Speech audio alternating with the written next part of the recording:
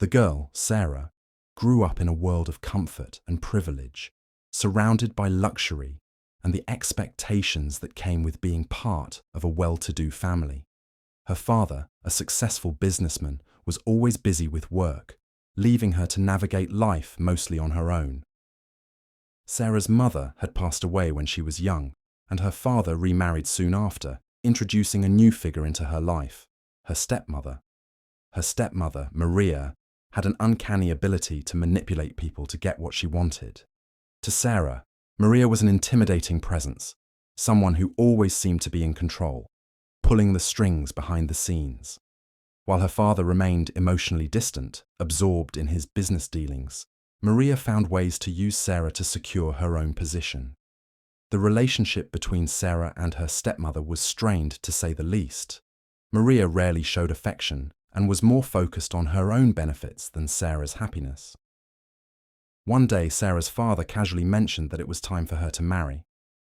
It was as though he had never truly considered her feelings, and his indifference only made things worse. He left the decision entirely to Maria, who wasted no time in selecting a man for Sarah to marry.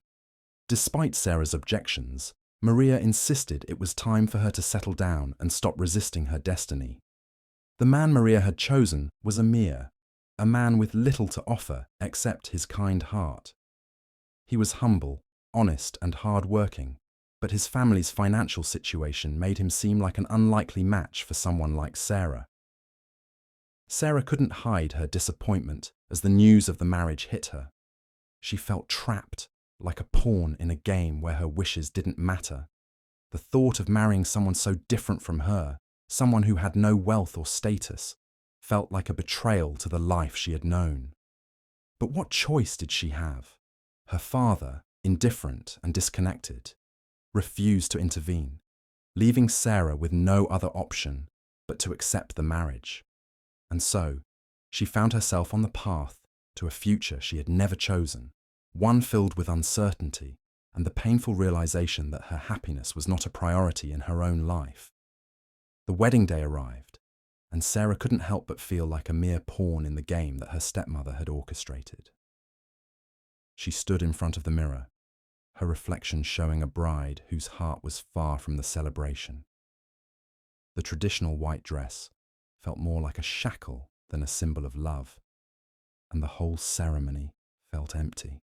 The guests, all carefully selected by Maria, were there for one reason only: appearances.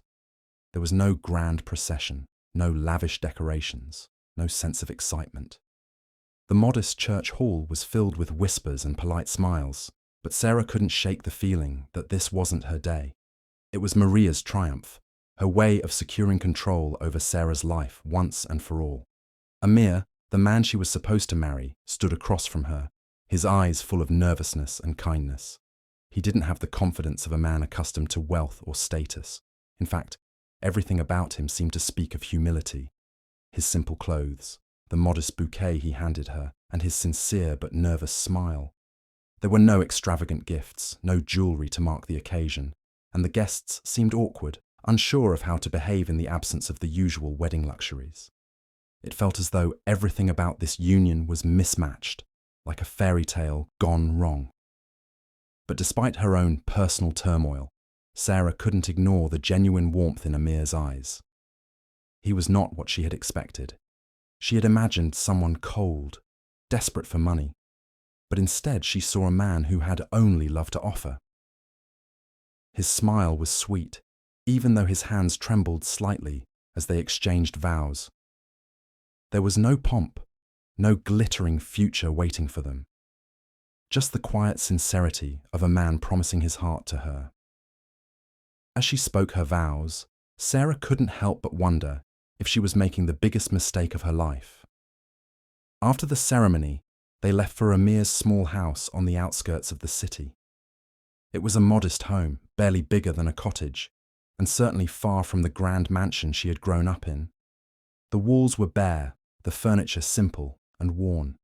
The air was thick with the scent of humble meals, and the quiet ticking of a clock that seemed to echo the passing of time. Sarah couldn't help but feel a wave of disappointment wash over her. She had imagined a life of luxury, of comfort, where she would be surrounded by the familiar scents of expensive perfumes, plush cushions, and designer clothes.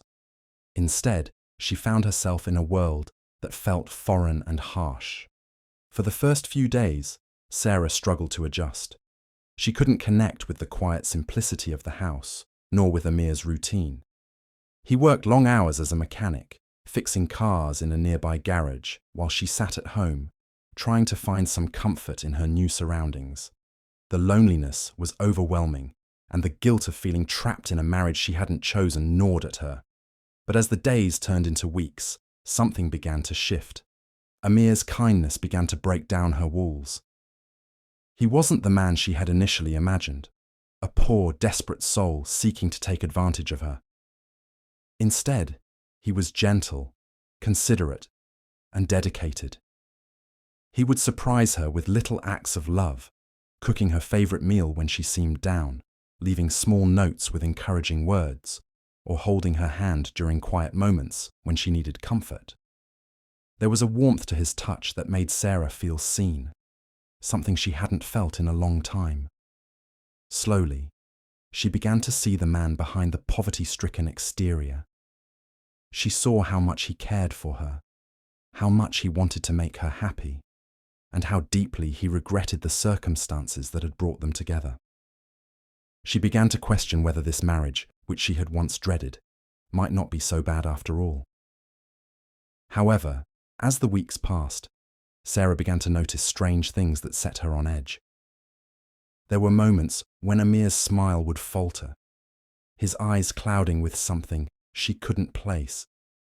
Sometimes he would become unusually distant, disappearing for hours without explanation.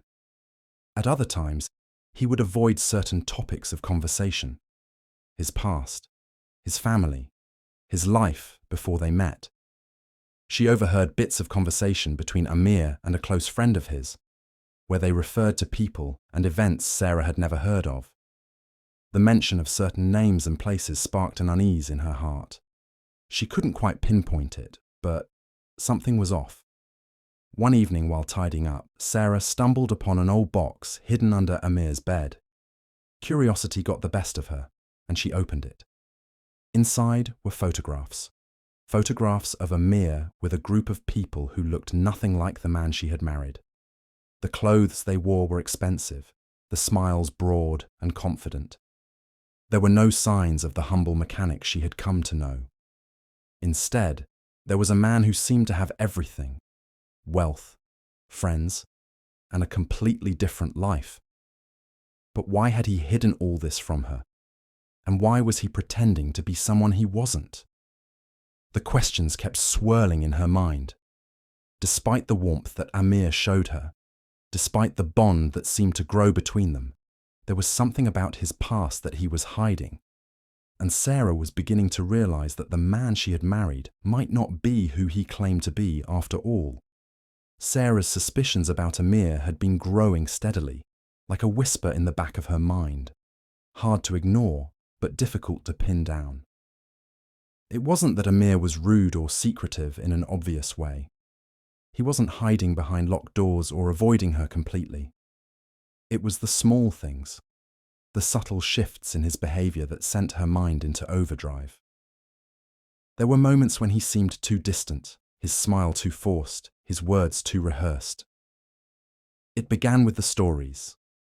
Every time Sarah tried to ask Amir about his childhood, his family, or his past, he would either change the subject or offer vague, unconvincing answers.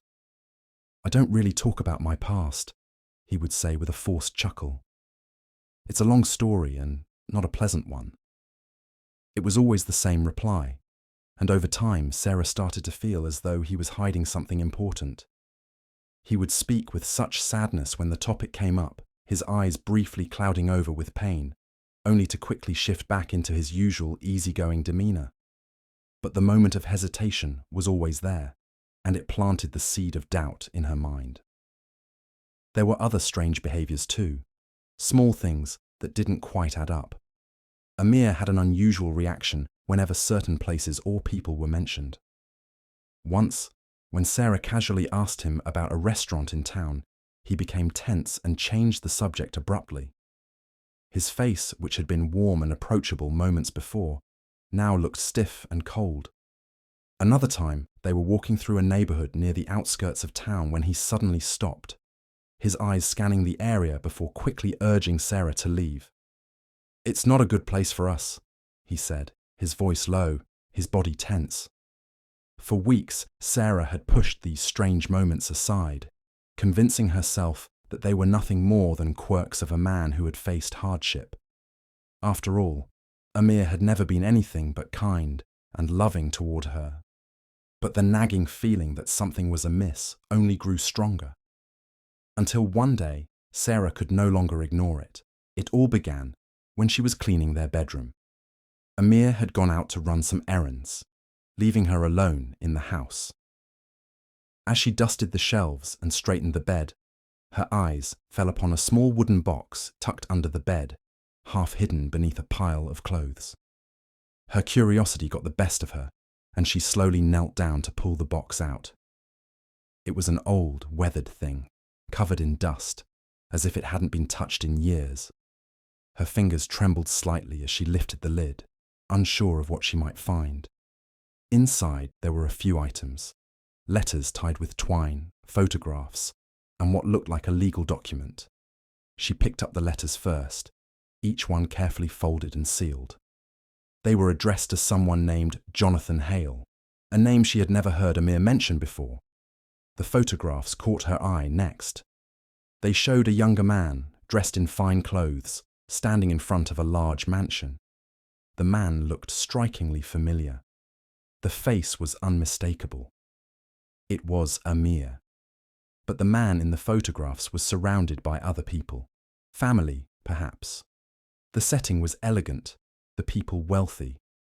The atmosphere, nothing like the humble, modest life Amir had led since their marriage. But it was the legal document that made Sarah's heart race. She could barely make out the words, but it was clearly a letter from a lawyer. The date was recent, and it spoke of inheritance and family estates.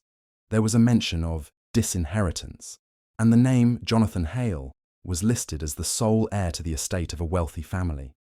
The paper was signed by a lawyer, but it made no sense. Amir, her husband, was the man in the photographs, the man who came from money, yet he had never told her about this side of his life. The truth was out there, hidden in the box, and Sarah's heart pounded as she absorbed the implications. Amir wasn't poor. He wasn't a humble mechanic trying to make ends meet. He was a man who had once been rich, who had belonged to a family with wealth and status. But something had happened. Something terrible, and he had been cast out. She felt a rush of emotions, betrayal, anger, confusion, flood her. She didn't know what to make of it all. Why had he lied to her? Why had he kept this from her? The questions swirled in her mind as she sat frozen, the box still open in front of her. When Amir returned home that evening, Sarah couldn't wait any longer. She had to confront him. She waited until they were alone in their small living room, the quiet weight of the situation hanging between them. She stood up, the box still in her hands, and looked him square in the eye. "Who is Jonathan Hale?" she demanded, her voice shaking with a mixture of disbelief and anger. Amir froze. For a moment he said nothing, his face pale as he processed the question. His eyes flickered to the box in her hands, and a deep sigh escaped him. He looked defeated, as though the weight of his past was finally catching up with him. He sat down heavily on the couch, his hands resting on his knees, his fingers twitching nervously. "I didn't want you to know," he began quietly, his voice laced with regret. "I never meant to deceive you, Sarah. I didn't know how to tell you the truth." He paused, gathering his thoughts. Sarah's heart was racing as she waited for him to explain. "I come from a wealthy family. My father, my mother, they had everything. But there was a feud, a terrible, tragic feud between me and my family. It was about business, about power. I was the heir to everything, But my family didn't like the person I had become. I wasn't their perfect son. They disinherited me, and the scandal ruined my reputation. It was too much to bear, so I left it all behind. I didn't want to live in that world anymore, but I couldn't go back. I couldn't let anyone know who I really was because the shame was too great. Amir's voice cracked, and for the first time, Sarah saw the raw pain in his eyes. He was no longer the humble, quiet man she had married. He was someone different, a man with a past, a burden he had carried in silence. I thought I could start over, build a life without all the expectations. And when I met you, I thought maybe, just maybe, I could be happy without all of that. But I couldn't tell you the truth, Sarah. I couldn't risk losing you. Sarah's mind was reeling. She had always suspected there was something more to Amir than he let on. But the truth was more complicated than she had ever imagined. He had been running from a past that had defined him, and now it was crashing into their present. As she sat down beside him, the anger she had felt earlier began to soften. She could see now that Amir wasn't the man she had thought he was. He wasn't a liar, but a man who had suffered unimaginable loss and shame. And for the first time since their marriage, Sarah began to see him not as the poor man she had been forced to marry, but as someone who had been broken, just like her. Sarah's mind was a battlefield, each emotion warring against the next, leaving her confused and torn. The revelation about Amir's past had shattered everything she thought she knew about him. But with the truth came an overwhelming flood of conflicting feelings. On one hand, she felt a deep sense of betrayal. All these months, Amir had presented himself as a humble, hard-working man who had nothing but his love to offer. She had married him under the assumption that his poverty was the result of unfortunate circumstances, but now she knew it had been a choice he had made to leave behind the world he had once belonged to. She had trusted him, loved him, and in return, he had lied to her about something so fundamental. The anger was almost all-consuming. How could he hide something so crucial? How could he make her believe she had married someone with nothing, when in reality he had once had everything? She felt as though he had manipulated her emotions, trapping her in a life she never would have chosen if she had known the truth. But then there was the other side of her, the side that felt a deep empathy for him. He wasn't the man he had once been, but the man he had chosen to become. A man who, despite his past, had chosen to live simply, to live honestly. He had sacrificed his wealth, his family, his name, all for the sake of his integrity. Perhaps it wasn't deceit she had been a victim of, but rather his fear of being judged, his fear of losing her the way he had lost so much in his life. How could she blame him for that? She couldn't help but wonder if she had judged him too harshly from the start. For so long, she had seen him through the lens of her stepmother's manipulation. Her stepmother had insisted that she marry a poor man, and Sarah had initially accepted it without truly questioning the reasons behind it. She had allowed herself to believe that Amir's lack of wealth somehow made him less deserving of her love, less deserving of her trust. But now, as she grappled with her emotions, Sarah began to see how deeply unfair that judgment had been. She had been angry, not just at Amir, but at the situation she had found herself in. The truth was, her anger was rooted in her own powerlessness. She had been forced into this marriage, pushed into a life she hadn't chosen. Amir, in his own way, had been just as trapped by his circumstances as she had been by hers. And yet, in a strange way, he had taken control of his life. He had made the hard choice to walk away from everything and start anew, even if it meant living in poverty. Couldn't she, too, take control of her own feelings? Couldn't she find a way to understand him, to forgive him, and move forward with the love they had begun to build? But forgiveness was a complicated thing, especially when the root of the betrayal was intertwined with someone she could never forgive, her stepmother. As Sarah's thoughts spiraled, she began to realize just how deeply Maria had manipulated her, how carefully she had orchestrated the entire situation. She had known about Amir's past all along, had known that he came from wealth, yet had kept that truth hidden from Sarah. It wasn't just the marriage she had arranged.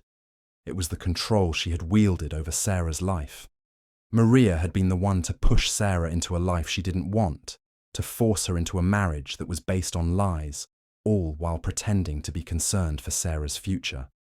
And now Sarah understood why. Maria had been using her own daughter to advance her own goals, to keep Sarah in a position where she could be easily controlled. She had known the truth about Amir, but it hadn't mattered to her. All that mattered was keeping Sarah under her thumb, making sure that the girl didn't make her own choices. Maria had not just married Sarah off to a poor man. She had married her off to someone she knew could never challenge her power. The anger that Sarah had felt toward Amir quickly shifted onto Maria. It wasn't Amir who had trapped her. It was her stepmother. Maria had used her for her own selfish purposes, and Sarah had been too naive to see it. But now, with everything laid bare, Sarah felt a surge of strength within herself. She wasn't going to let Maria control her life anymore. The truth about Amir had shaken her, yes, but it had also opened her eyes to the manipulations that had guided her choices for so long. Amir, for his part, had been trying to prove to Sarah that his love for her was genuine. He had never wanted her to know the truth about his past because he feared it would taint her perception of him. He had chosen to live a life of simplicity, not because he had no other option, but because he had wanted to live authentically. He wanted Sarah to love him for who he was now, not for the man he had once been. "I never wanted you to know this," Amir said one evening, his voice quiet, filled with regret. "I was afraid of losing you.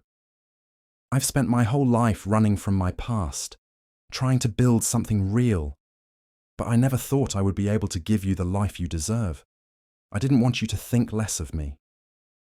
Sarah listened as he spoke, her heart torn between anger and understanding. Despite the lies, despite the secrecy, she could see the sincerity in his eyes. He had sacrificed so much for her, for their marriage, his poverty, his simple life. It wasn't the result of bad choices or laziness. It was the result of a man who had chosen integrity over wealth, love over status. Amir had made an immense sacrifice, and in doing so, had given up the life he had once known for her. "I'm sorry," he continued, his voice trembling. "I never meant to hurt you. I thought if I could just love you enough, you would see me for who I am now. But I know I hurt you. I know I made a mistake by keeping the truth from you." Sarah felt a pang in her chest. Despite everything, despite the deception, she realized just how deeply Amir cared for her. The kindness he had shown her, the love he had offered, had always been real. The past might have been filled with mistakes, but the man sitting in front of her, the man who had quietly worked so hard, had been completely honest in his emotions. She reached out to him, her fingers brushing his hand. For the first time in weeks, she felt the weight of the tension between them begin to lift. It wasn't easy. Nothing would be. But maybe, just maybe, they could find a way to rebuild what had been broken. For the first time, Sarah allowed herself to hope that despite everything, they might still have a chance. Just as Sarah began to reconcile the truths about Amir's past and her own feelings, the universe seemed to throw one final wrench into her already tumultuous life. She had believed, for a fleeting moment, that everything was beginning to fall into place, that she had come to terms with Amir's secrets and they could start fresh, building their life together, without the burden of lies between them. But fate had other plans. It started with a knock on the door one evening. At first, Sarah thought it might be a neighbour or perhaps a delivery, but when she opened it, standing before her were two well-dressed men and a woman, all in their late 40s or early 50s, with stern expressions that seemed out of place in the humble neighbourhood Amir had chosen to live in. The man at the front introduced himself as a lawyer, and the woman, although silent, had an air of cold authority about her. "We're here for Mr. Jonathan Hale," the lawyer said, his voice formal but with a slight edge of urgency. Sarah's heart dropped into her stomach as her mind immediately flashed to Amir.